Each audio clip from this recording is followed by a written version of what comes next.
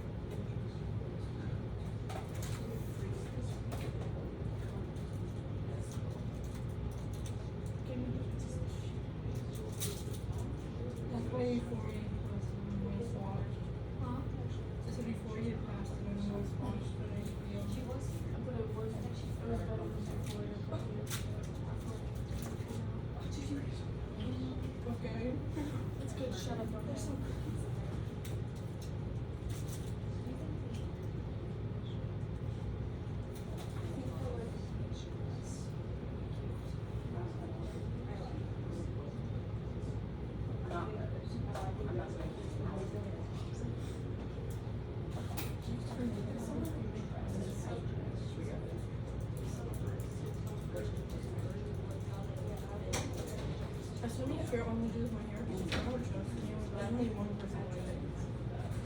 And she literally started working.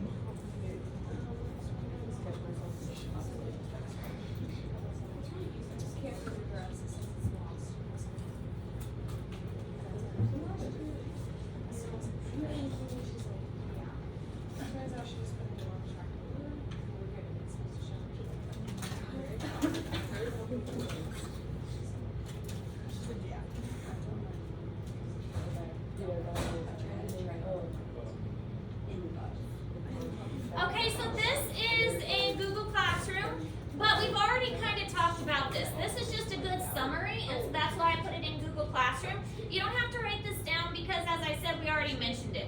In a lot of the drawings that you see, the arteries are often going to be drawn as red. That doesn't necessarily mean that every red thing you see is an artery, but that's kind of how the artists have made it consistent, as you saw with the nervous system. most of the nerves are in yellow. Typically when artists draw these things, they'll make the lymphatic system in green. I don't know why they picked these colors, they just did, but it does kind of help it to be consistent. Now a misconception is that the blood only turns red when it hits the oxygen, and it's actually kind of a blue color. That's not true. When you look at your vessels under your skin, you're seeing the outside of the vessel. You're not seeing the blood at all. So what you're actually looking at is the outside of the artery or the vein. All blood is red, whether it has oxygen or not.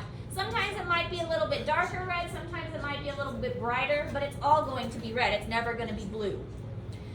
The blue, though, is just the color that artists have chosen to represent the veins in these drawings, and it means that it is carrying blood toward the heart, and typically it is deoxygenated blood. The only exception is in the pulmonary circuit. They carry oxygenated blood in the pulmonary circuit. So remember the pulmonary circuit, when it's going to the lungs, it's reversed. So this is just a really great summary, and this is found in Google Classroom. Now this is a good comparison between arteries and veins, and you do need to know all the words that are in red. This is also in Google Classroom, but a couple differences between arteries and veins. Arteries have thicker walls. They have to, because they are getting a very high pressure that's coming from the heart. As the blood is leaving the heart, it's under a lot of pressure and a lot of strain, so it has to have thicker walls that can handle that. You need something that is not going to burst like a water balloon would burst when there's too much pressure. The veins have much thinner walls. The veins will also have valves in them. The valves prevent backflow. The veins don't need to worry about as much pressure because they're just returning the blood to the heart. However, a lot of times the blood is going against gravity. Think of how the blood gets from your feet back up to your heart. It's pumping against gravity, and by that point, it's lost a lot of its pressure. So to prevent the blood from flowing backwards, the veins have valves in them that prevent the blood from flowing backwards, and so it can only go one direction. This is why they say that if you've been in a car for a long time, you need to get up and move around because the blood might start pooling in your legs, and these valves can become damaged over time if the blood just sits there. But these are all of the different terms you're going to need to know. We have a basement membrane, we have endothelial cells. Those are a type of epithelial cell that's exposed to the surface. And remember, with the capillaries, they are one cell layer thick, so that gas exchange can take place. Then we've got the tunica intima, which is the inner part, tunica media, which is the middle, and the tunica externa, which is the external covering.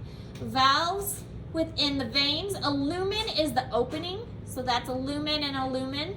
Venules, arterioles, and then the capillaries. So there are 3 layers in the blood vessels, except in the capillaries, which only have 1 layer, and then kind of an outer coating. The tunica intima is the very internal layer, and this is what's exposed to the blood. We've got the tunica media, which is the middle, and most of the time it's smooth muscle and elastic tissue because your vessels can relax, and if you've ever seen a face get flushed from exercise or blushing from embarrassment, that's because the vessels do have the ability to relax and allow more blood flow closer to the surface. The tunica externa is an outer kind of protective covering that's mostly fibrous connective tissue, and it kind of acts as a support for the vessel.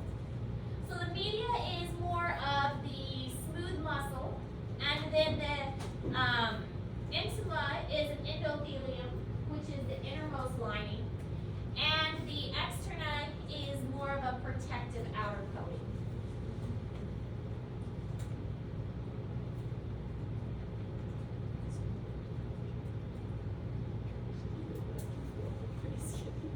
Are you serious?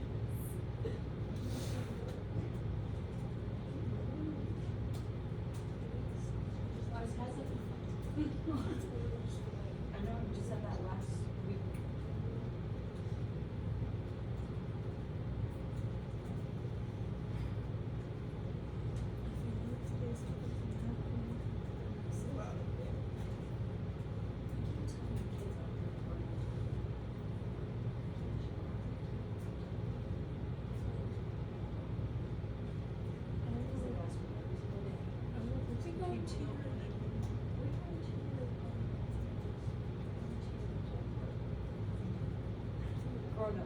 That's what they say.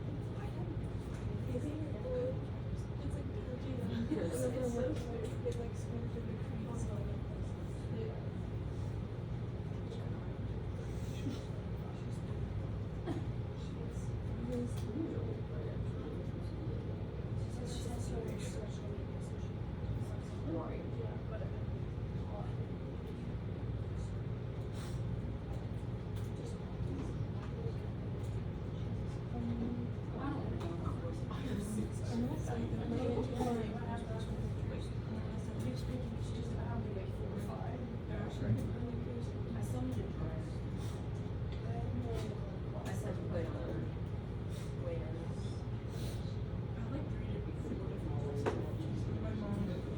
I hate that. And she knows catfish. She knows already what the dress is.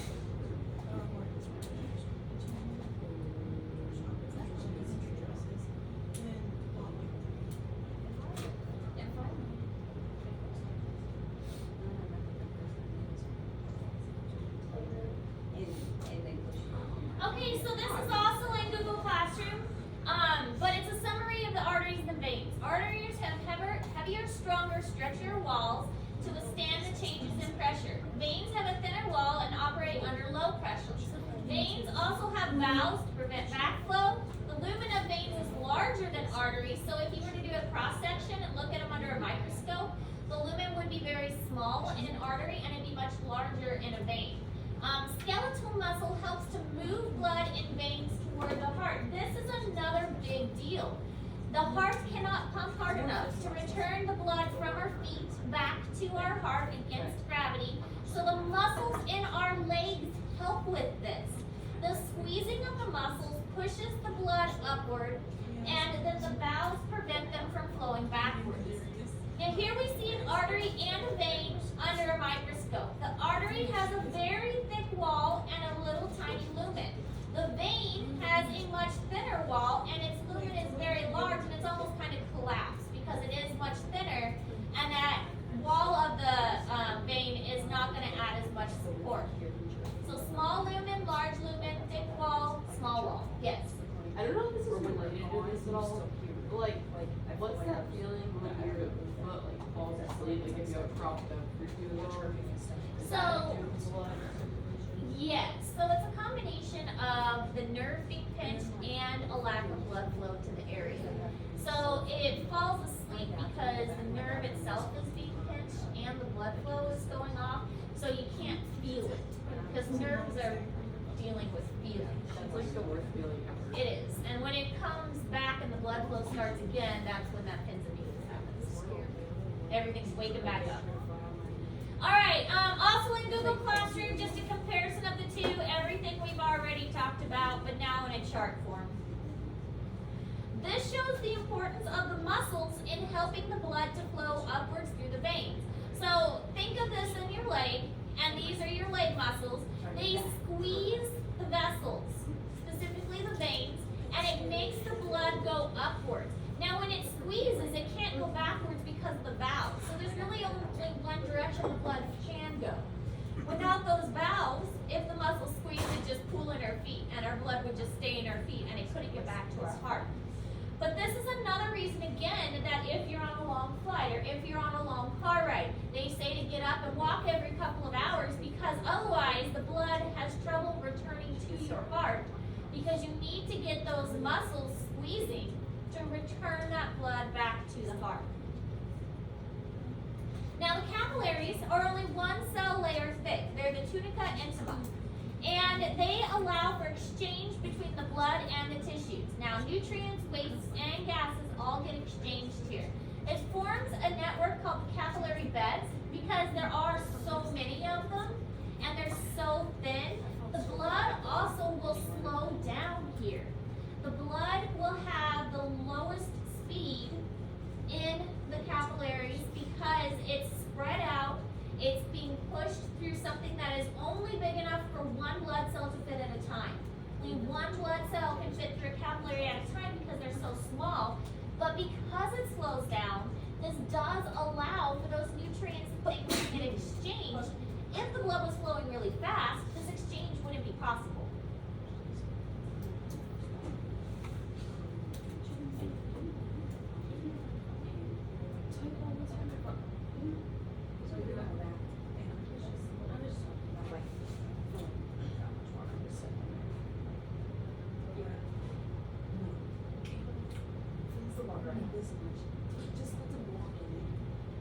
Tell me what you about to flip off the chicken. They're pretty much drowning, and then she sticks it under the faucet, and it's like, oh my god.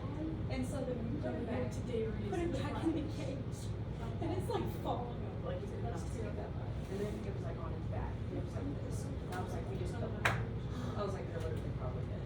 Well, I like, Okay, so this shows the exchange that takes place. As the arterial goes to the capillaries, we have the gas being exchanged, and then that's going to lead to the venules, and then it's going to lead back to the veins. So it really spreads out, it becomes very, very thin, and it is definitely a network of vessels at that capillary level. All right, any questions about any of that?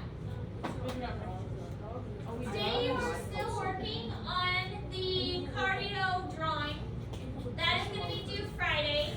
I did get your crash courses graded, and they will be posted soon to Tyler Sis.